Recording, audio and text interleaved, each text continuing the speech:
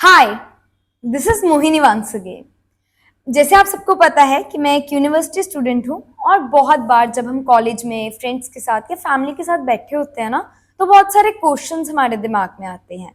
तो मुझे लगता है हमारे पास एक ऐसी पर्सनैलिटी है जो इस सब क्वेश्चन का बहुत इजीली आंसर हमें दे सकते हैं। One and only Keshav sir. नमस्कार, thank you so much for inviting जी। सर, अभी रिसेंटली मैं आपकी कुछ रील्स देख रही थी, तो एक रील में आपने बैगेज के बारे में कुछ बताया था, तो आप प्लीज उसको थोड़ा एक्सप्लेन करेंगे वो क्या था? यस मोहिनी, वो बैगेज बेसिकली मैं किस चीज को मैं बैगेज की बात कर रहा हूँ। बैगेजेस जनरली जो हम बहुत सारा बोझ अपने दिमाग पे, एंजाइटी, बहुत सारी चीजें अपने दिमाग में कैरी करके रखते हैं। अब ये देखिए, हम सांस लेते हैं। आप एक बार जब सांस लेते हैं तो आप कितनी देर अपने अंदर सांस रख लेते हैं? 1 सेकेंड, 2 सेकेंड। ओके, अगर हमें कॉन्शियसली हमने कहा कि लंबी सांस लेनी है तो फिर हम अपने अंदर कितनी देर रख सकते हैं? 5 to 6 सेकेंड्स। ओके, अगर रोकनी पड़ी हो सांस, हमने जबरदस्ती रोकनी है तो फिर कितनी देर रोक सकते हैं? 10 सेकंड, यस। 12 सेकंड। अगर किसी का योगा अभ्यास अच्छा हो, 15 से 20 सेकंड। अगर उससे ज्यादा अभ्यास अच्छा हो तो ज्यादा से ज्यादा 25-30 सेकंड। इसका मतलब एक सांस अगर हम अंदर लेते हैं, एक सांस दूसरी छोड़ते हैं, तो उसके बीच में ज्यादा से ज्यादा अगर हम अभ्यास करें तो हम 30 सेकंड रोक सकते हैं। अगर हमने पानी पिया तो पानी कितनी देर अपने अंदर रख सकते हैं? 3 to 4 hours। 3 to 4 hours, 2 hours, 3 hours, 4 hours, maximum 5 to 6 hours। That means अगर हम 6 hours रखते हैं उसके बाद हमें पानी निकालना ही पड़ेगा। हमारी बॉडी में जो एक्स्ट्रा पानी गया यूरिनेशन के जरिए निकालना पड़ेगा। ओके, अगर हमने खाना खाया तो कितनी देर हम रखते हैं? हम एक्स्ट्रा खाना खाया कुछ भी तो अपनी बॉडी के अंदर कितनी देर वो रख सकते हैं? 24 hours। Maximum 24 hours. उसके बाद हमें अपनी स्टमक खाली करना पड़ता है, अपनी बॉडी को क्लीन करना पड़ता है।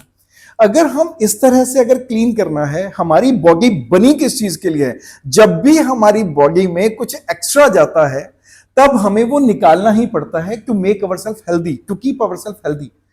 तो जब हम बहुत सारा बोझ, बहुत सारी एंजाइटी अपने ऊपर रख लेते हैं, बहुत सारे विचार, अपने थॉट्स, जो एक्स्ट्रा विचार, आप एक्स्ट्रा थॉट्स अपने अंदर लेके आते हैं, तो वो अपने अंदर कई कई सालों तक अपने अंदर क्यों रखते हैं? आपको नहीं लगता कि हमें एकदम से हमारी बॉडी बनी ही कुछ खाली करके फिर नया ऐड करने के लिए? तो विचारों को अपने ऊपर अपने इतना भारी करके रखने की क्या जरूरत है? यही बनता है बोझ।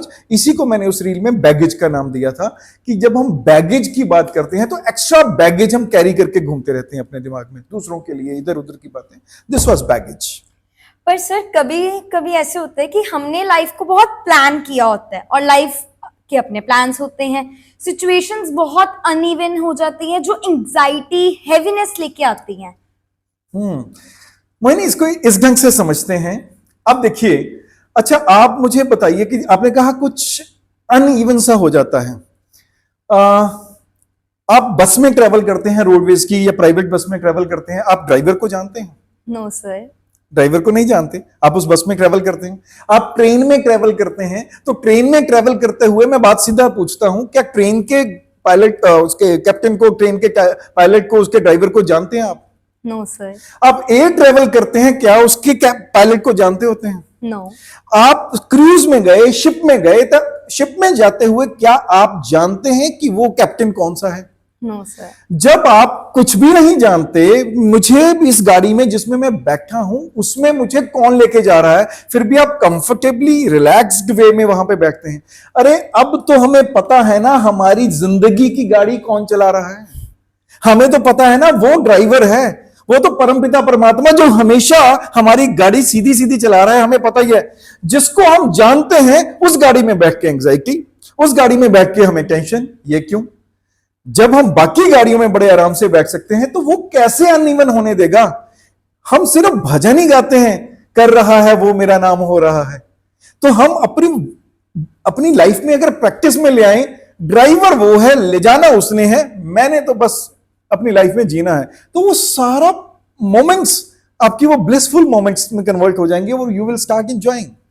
बहुत इजीली आपने इसको एक्सप्लेन कर दिया। सर, अब ऐसे होता है कि जब हम फ्रेंड सर्कल में बैठे होते हैं ना, तो कभी टोन्स ऊपर नीचे हो जाती है, कभी कुछ ऐसी बात हो जाती है जो हमें गलत लगती है। उस टाइम पे हमें कैसे रिएक्ट करना चाहिए? This is really important question, behaviour question है। अच्छा, मैं ना आगरा में एक सन्मति प्रकाशन है। सन्मति प्रकाशन की एक बुक है, दैट इज सत्य। उस बुक का नाम है सत्य। जैसे ही मैं सत्य जब मैं पढ़ने लगा, वो बुक खोली, उस बुक के फर्स्ट टाइटल में, इनर टाइटल में 2 लाइंस लिखी हुई थी। मैं कितनी देर उसी लाइंस में, उसी में ही ढूंढता रहा अपने आप को, भी कितनी गहरी, पूरी किताब एक तरफ और 2 लाइंस में उन्होंने पूरी बुक को समा दिया। वो पूरी किताब उसमें समा गई। वो लाइन क्या थी? पहली लाइन, 2 लाइनें थी, तो पहली लाइन क्या थी? पहली लाइन थी, अगर आपको किसी ने कुछ कहा और आपको बुरा लगा, तो एक बार चेक कीजिए, क्या उसने जो भी कहा, क्या वो 1% भी, जस्ट 1% भी सच है? अगर सिर्फ 1% भी सच है, सच तो है थोड़ा सा, तो फिर गुस्सा किस बात का?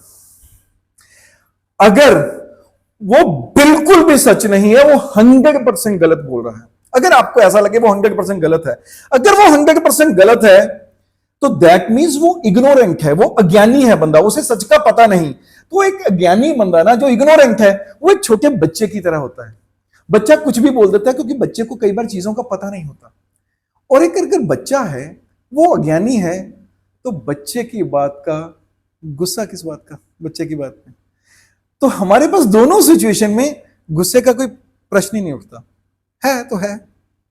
ये तो हमने बात की ना कि कोई बात गलत करेगा तो ऐसे करेंगे, पर जनरली कॉलेजेस में, घर पर भी या फ्रेंड्स के साथ भी हमारे साथ कुछ अनप्रोफेशनल बिहेवियर हो जाता है। Unprofessional behaviour, okay. तो उस सिचुएशन में हमें क्या करना चाहिए? कैसे कंट्रोल करना चाहिए? अगर रिएक्ट भी करे तो क्या रिएक्ट करे? मोहिनी, इसको ना मैं समझाऊंगा नहीं, इसको मैं सिर्फ एक इंसिडेंट बताता हूं। आई वाज ड्राइविंग कार, सड़क पे मेरे आगे वाली जो गाड़ी थी, वो गाड़ी अचानक से, उसने, भीड़ कम थी फिर भी वो बहुत धीरे चला रहा था।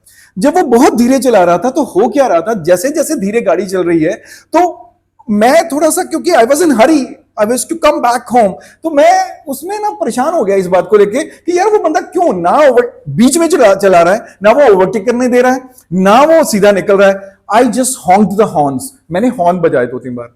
जैसे मैं 2-3 हॉर्न लगाए, लंबे हॉर्न नहीं थे, मैं छोटा हॉर्न बजाया, व्हाट हैपेंड यू नो, एकदम से मेरा ध्यान गया, वहां स्टिकर लगा हुआ था, स्पेशली एबल्ड पर्सन इनसाइड। इस कार के अंदर दिव्यांग है, धैर्य रखिए। एकदम से जैसे ही उस स्टिकर पड़ा, मैंने, इस कार के अंदर हैंडीकैप्ड है, दिव्यांग है, तो जरा धैर्य रखिए। मेरा एकदम से सब कुछ बदल गया, सोच ही बदल गई, एक्शंस बदल गए, रिएक्शन बदल गया।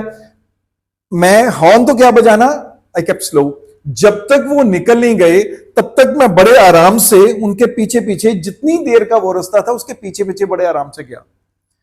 एक छोटी सी इंसिडेंट था, एक छोटा सी घटना थी। जैसे मैं वहां पे पहुंचा, घर पहुंचा, ये मेरे अंदर दिमाग में चल रहा था, बार बार मेरे दिमाग में चल रही थी ये चीज। जब चल रही थी तो मेरे दिमाग में आया, बहुत बार ऐसा होता है कि सामने वाले की कुछ दिक्कत होगी ना, सामने वाले की कुछ सिचुएशन होगी, किसी सिचुएशन में सामने वाला है, उसकी आज जॉब लॉस हो सकती है, उसका पैसा गुम हुआ हो सकता है, उसके घर में कोई बहुत क्लोज वन उसका रूठ गया हो सकता है या छूट गया हो सकता है। इसके दिमाग में बहुत कुछ चल रहा हो सकता है। क्या और सिचुएशन में ये चल रहा है, मैंने उस सिचुएशन को अंडरस्टैंड किए बिना एकदम से रिएक्ट कर दिया।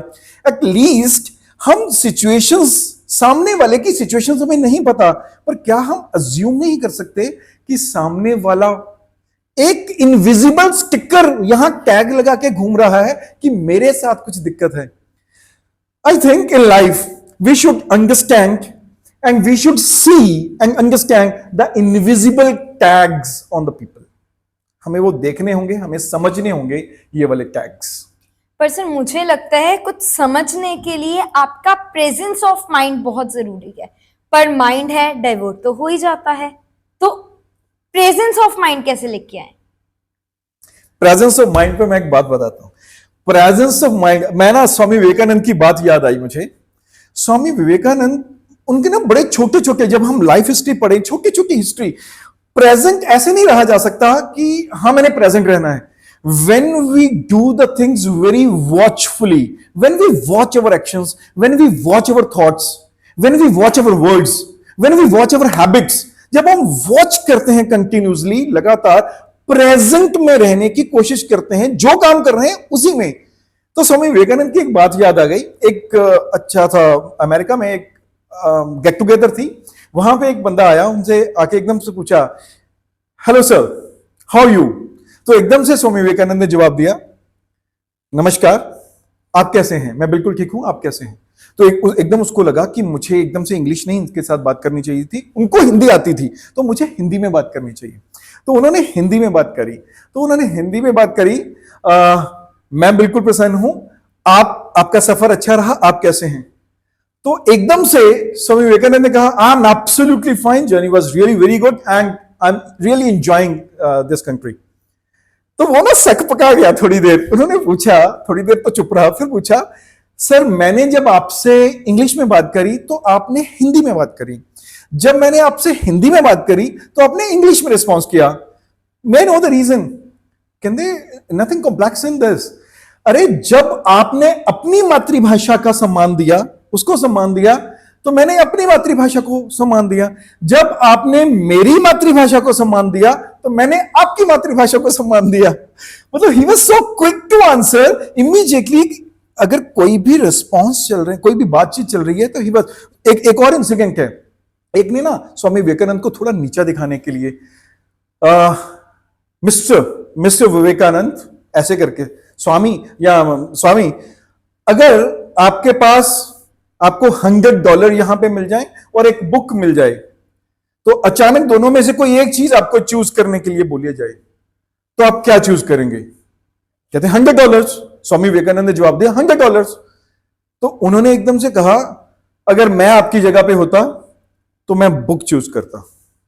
तो मतलब अपने आप को बताने के लिए. कहते हैं ऑफ कोर्स मेरे पास जो नहीं है मैं वो मांगूंगा. मेरे पास ज्ञान है तो मुझे पास पैसा नहीं है तो मैंने पैसा उठाया. आपके पास ज्ञान नहीं है तो आप ज्ञान उठाएंगे. तो he was so quick because whatever he used to do, he used to be present, mentally present in that very situation. तो अगर आप यही काम करना शुरू कर देंगे, मेंटली प्रेजेंट रहेंगे, आपको मजा आना शुरू हो जाएगा, आप थकेंगे नहीं. बिल्कुल सर. सर अब सारी कहानी तो यही आती है कि लाइफ में डिफिकल्टीज बहुत है, तो इज देयर एनी अप्रोच और idea to remove difficulties from life.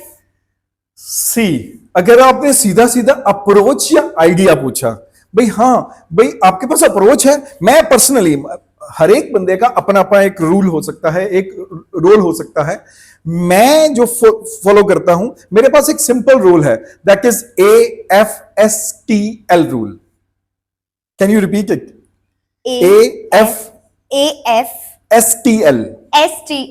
AFSTL rule.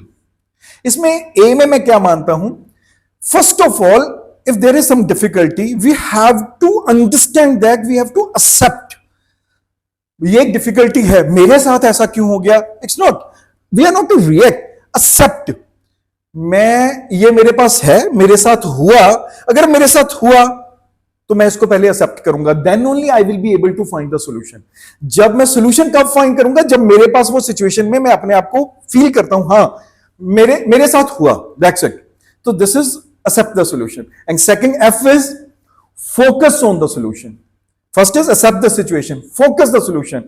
हर बार, कई बार दिक्कत के ऊपर हम फोकस करते हैं, मेरे पास ये प्रॉब्लम, मेरे पास ये सिचुएशन, मेरे पास ये डिफिकल्टी, मेरे साथ ये हो गया, मेरे साथ फलाने ने ऐसा कर दिया, मेरे साथ ऐसा हो गया. अगर मैं एक्सेप्ट कर लूंगा तो सेकंड अपने आप क्या आ जाएगा, I will try to focus on the solution, then I will find the solution. So this is, second is focus the solution. The third one is seek help. अगर आपको चाहिए कहीं भी, आपने मदद लेनी है किसी से, अरे आपके मेंटर्स हैं, आपके टीचर्स हैं, आपके फ्रेंड्स हैं, आपकी फैमिली है, आपके बहुत सारा सर्कल है, चिल्लाइए, बात कीजिए, उनसे खुल के बात कीजिए, जस्ट हेल्प मांगिए. जब आप हेल्प किसी से मांगे, 10 जगह से मांगेंगे, एटलीस्ट 2 जगह से जरूर मिलेगी. आप मांगिए. The fourth one is T, that is take care of yourself. जब ना हम सिचुएशन सोच लेते हैं, this is the situation, situation की ना बाउंड्रीज तय करिए। अगर मुझे डिफिकल्टी है, मुझसे किसी ने कुछ बोल दिया, कोई दिक्कत आ गई, डिफिकल्टी, तो डिफिकल्टी की बाउंड्री तय कीजिए। यहां पर मुझे डिफिकल्टी है, यहां इस सिचुएशन में, सिचुएशन को डिफाइन कीजिए। जब हम सिचुएशन को डिफाइन करते हैं, तब इससे जब बाहर निकलते हैं, घर में कोई बात हो गई, इससे जब बाहर निकलते हैं, कॉलेज में तो आपको सिचुएशन कैरी करके नहीं घूम रहे ना, आप यूनिवर्सिटी में तो नहीं घूम रहे ना, आप अपने फ्रेंड सर्कल में तो नहीं घूम रहे हैं, तो आप इस जगह पे दिक्कत में है, तो इस जगह की पहले बाउंड्री सेट कीजिए। Then your mind will be not occupied, it will not be occupied, तो आप बाकी जगह पे फ्रेश फील करेंगे। Then you will be able to find solutions. Take care of yourself, अपने माइंड को, अपने आप को ध्यान रखिए। And the L is learn from your experiences. जब कोई पुराने एक्सपीरियंसेस हैं, उनसे ये देखिए, व्हाट हैज हैपेंड, हुआ क्या मेरे साथ, ये क्या हुआ था, इससे मैंने क्या सीखा, व्हाट आई हैव लर्नड। इसको मैं आगे किसी भी सिचुएशन में जो मेरी लर्निंग्स है, मैं वहां कैसे अप्लाई कर सकता हूं, ताकि मैं अपने आप को मोर स्ट्रॉन्गर, मोर रेजिलियंट बना सकूं। This is the AFSTL formula. Yes sir, अब मोस्टली यही होता है कि बहुत बार हमने सुना है कि जब हम किसी सिचुएशन पे कोई रिस्पॉन्स देते हैं ना, तो वो रिस्पॉन्स बहुत इंपॉर्टेंट होता है कि उस टाइम पे हम क्या रिस्पॉन्ड कर रहे हैं। तो उस चीज को कैसे let me tell you Mohini, this is really, आपको मैं ना सुष्मिता सेन जो पूर्व विश्व सुंदरी हैं, मैं उनको सुन रहा था। वो she is very wise lady, वो जब बात करते हैं, मैं उनको सुन रहा था, तो उन्होंने एक बड़ी प्यारी बात कही। उन्होंने एक बार कहा कि उनके किसी टीचर ने, उनके मेंटोर ने एक बार बताई बात। वो बात क्या थी, मेरे जब से मैंने सुनी है, मेरे जहन के अंदर ये बैठ गई है। आपसे प्रश्न, आपसे क्वेश्चन जितनी भी बदतमीजी से पूछा जाए, आपको उत्तर उतनी ही तमीज से देना होगा।